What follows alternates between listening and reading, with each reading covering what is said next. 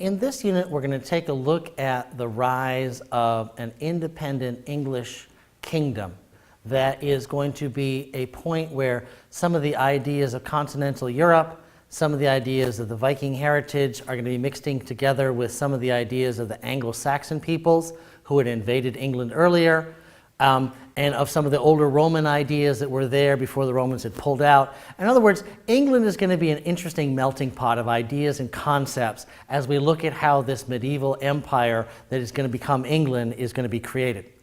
First thing, right around the year 1066 of the Common Era, England saw the death of its last king, Edward the Confessor. There's a confusion in terms of who is going to inherit the throne of this Anglo-Saxon kingdom. There are several Viking chieftains who have claimed that they're the new king of England. There's a Frenchman named William of Normandy who claims that he's going to be the next heir. There is a Viking invasion of England. They are defeated by the Anglo-Saxons, who then come around, organize a military campaign, just as William of Normandy comes across from France. And William of Normandy is going to be at the Battle of Hastings in 1066. He and his French warriors from Normandy are going to defeat the local Anglo-Saxon people, and now he's going to spread out and conquer most of what you know is modern-day England. He is going to set in place a very interesting fusion of French ideas about manorialism and feudalism, monarchy and the church, with more traditional things that have been happening in England, both under the Vikings and of the Anglo-Saxons and others. It's going to be an interesting fusion, and for us who live in America, this is an interesting case because much of the modern-day American legal system, which is devoted, of course, to copying many of the things from the English system, we can see some very simple origins here, right?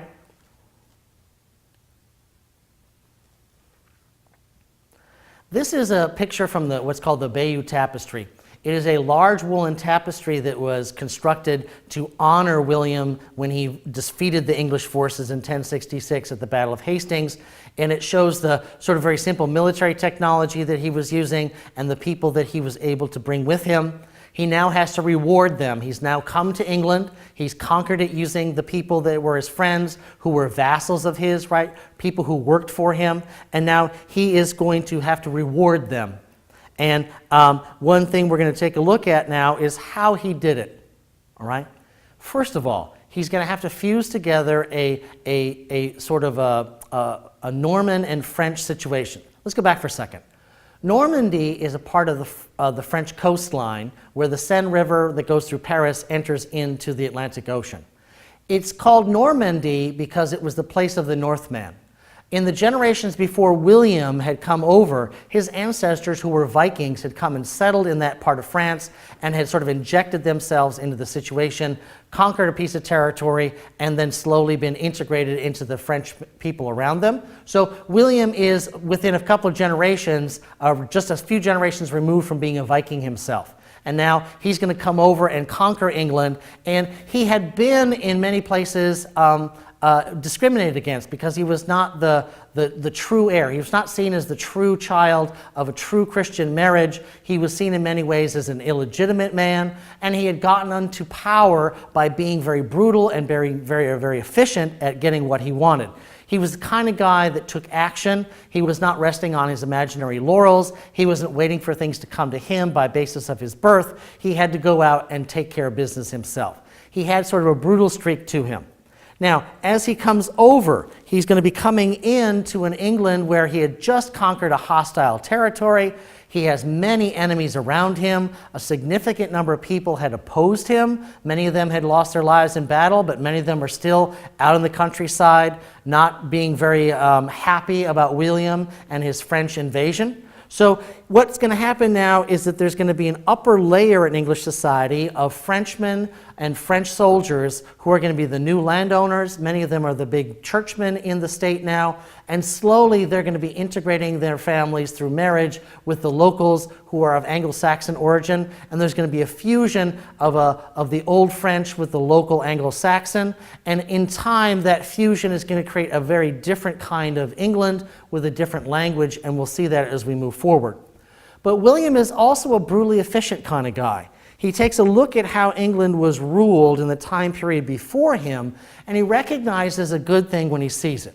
The Anglo-Saxons had a system of administration where each county, or what was sometimes called a shire, each shire had control of it by a reeve, a direct representative of the king who sort of served as the reeve of the shire. If that sounds familiar, that's because later on we're going to corrupt that into the word sheriff, the shire reeve. The chief law enforcement official of each shire or each county is this reeve who gets his authority from the king. William inherits this system from the previous kings and queens that had been ruling in Anglo-Saxon England in the long tradition that they had organized in their intermarriage. And in a sense, he sees something that's a very good thing, this functioning law office, and he keeps it. It's also going to be that the shire reeves are in charge of tax collection and other issues of justice like that, and the king now has direct control over each of those areas of authority in each of the shires, each of the counties that he controls. It was not a system, like I said, that he had created. He inherited it, but he sees the value of it and keeps it. Fast forward to the modern age of America. In virtually every state, the chief law enforcement official of every county is the shire reeve, the sheriff. You can see the origins of the office, and it was so successful and useful, it will, of course, over time change and morph, but nonetheless, the central concept is we are borrowing an idea that is very ancient in its origins because it was effective and useful. The other thing that William did was he didn't trust the people he just conquered. He is very distrustful. And the very first thing he starts to do when he comes to England is he is going to go and build on the east end of London the Tower of London. This very powerful fortress, this representative of his authority, his ability to protect himself and to project his power over the areas around him. It's right next to the River Thames to help control the flow of trade because London is a trade city, and what better way to control it than to make sure you control what goes and past in front of you on the river. William is very strategic in why he does this. He's very strategic in many things. And as he is trying to maximize what he has done in terms of controlling the territory of England and making sure that all of his followers that came over with him are rewarded, he's going to have to go back and figure out exactly what resources he does have. So this is where you'll see in your textbook reference to what's called the Domesday Survey of 1086. The Domesday Survey is essentially a countrywide audit. William invests massive amounts of money in scribes and secretaries and accountants and comptrollers to go literally through every single section of his territory and figure out who owns what land, how much it's worth, when was it inherited. I mean, to the point where William is essentially doing a full tax audit of every single one of his citizens at the same time.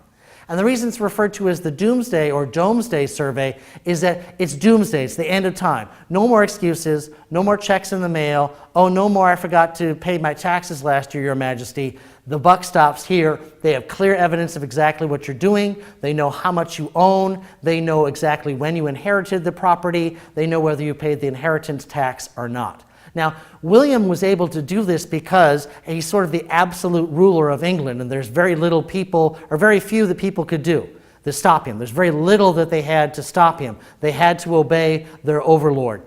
We also know by looking at the Domesday Survey and comparing it, within it there's a lot of fascinating data about tax collection, how much various pieces of property were worth, how productive they were, the net receipts of various lands that were owned by either the church or by private owners.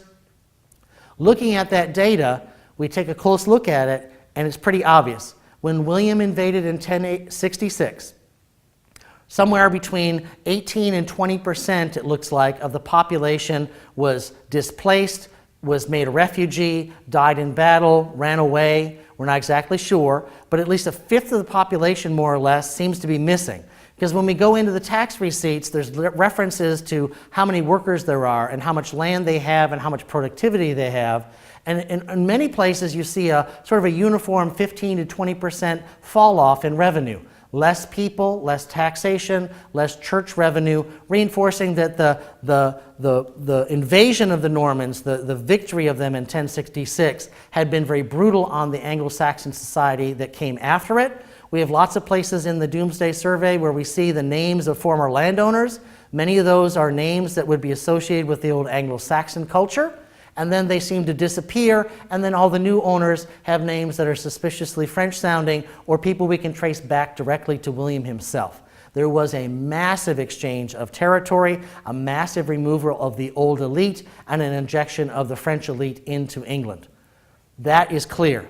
What will also be clear is that, like all things, nobody likes to be audited, and nobody likes to have everyone audited at the same time, because William's comptrollers in many ways made sure that they found all pieces of information. They tracked down every beehive. They tracked down every fishnet.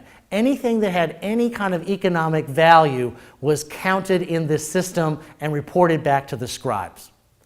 Take a look at what William did in terms of his whole career in England. He serves as a wonderful example of how a feudal lord, using as many powers as possible, could inflict on the people that he controlled as high a taxation as he wanted, and in many ways he did. Also take a look at this section because this is the beginnings of many of the ideas that you're going to recognize in modern America, including something like the office of the sheriff. Take a look inside your text for more details on this era of English history, and then make sure you take a look at some of those test questions.